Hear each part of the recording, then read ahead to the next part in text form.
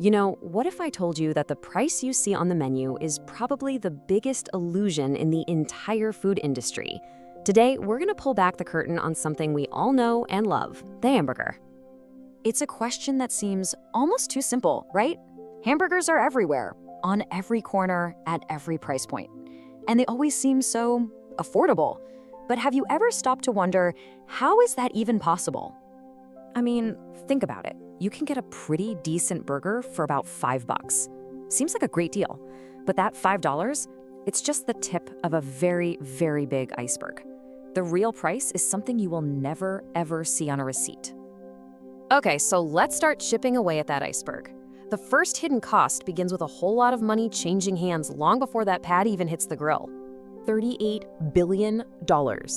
Just take a second to let that number sink in.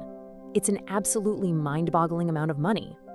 And you guessed it, it's directly tied to the meat and dairy you find in the supermarket. But what is it for? Well, that's how much the US government shells out every single year to support the meat and dairy industries. And the main reason for all that cash? To make sure the prices you and I pay at the checkout counter stay artificially low. So, what exactly is a subsidy? Well, think of it as a helping hand from the government. We're talking about direct payments to farmers, cheaper crop insurance, and aid when things like droughts or floods hit. It basically lowers the risk for producers, and that saving gets passed on to us. Or at least it looks that way.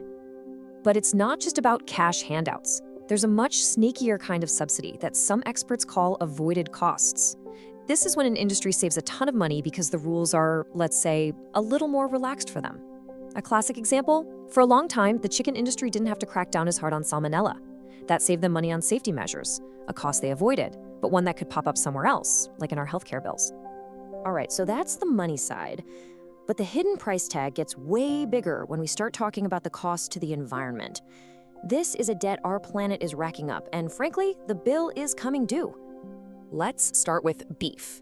It is by far the single biggest cause of deforestation around the world. We're talking about clearing massive, vital ecosystems like the Amazon rainforest, just to make more room for cattle to graze, all for that burger.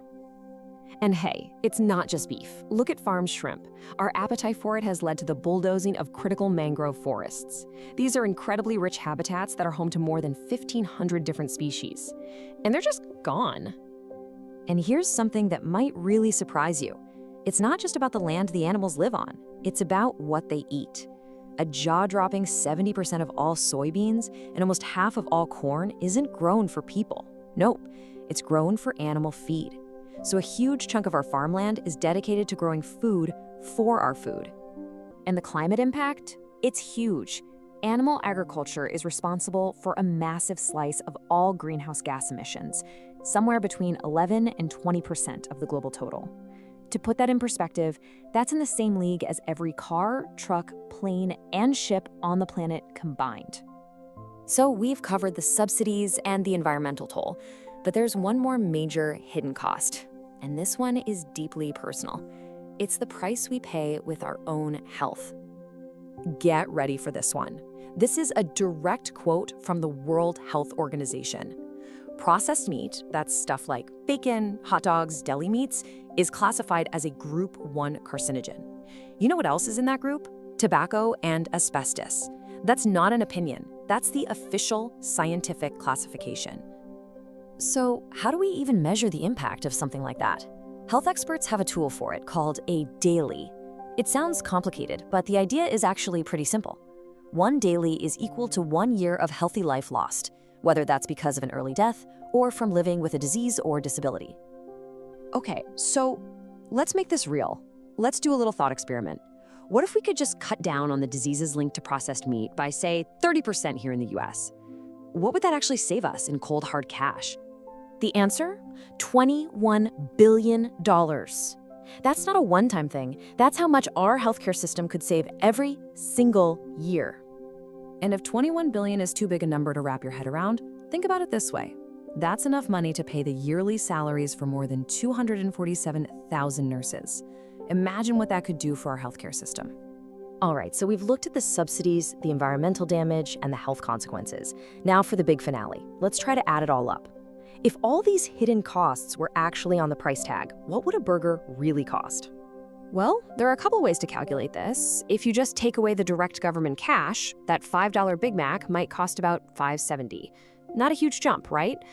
But if you start adding in those massive environmental and healthcare costs, that price tag suddenly jumps to around $13. So why the huge gap? That $13 price includes what economists call externalized costs. It's just a fancy way of saying they're real costs, but instead of the company or the consumer paying for them at the register, society picks up the tab through things like climate change and higher medical bills. So if we're not paying the full price, who is? Well, in a way, we all are. Taxpayers foot the bill for subsidies, even if they're vegetarian.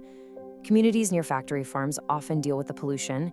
And all of us, as the global society, are bearing the long-term burden of climate change and the loss of biodiversity. So that $5 hamburger, it's kind of a myth, isn't it? Its real cost is hidden in our taxes, in our rivers, and in our hospital bills. It's a price that's not on the menu, but we're all paying it. And that leaves us with one last thing to think about. Knowing all of this, how does it change the way you look at your next meal?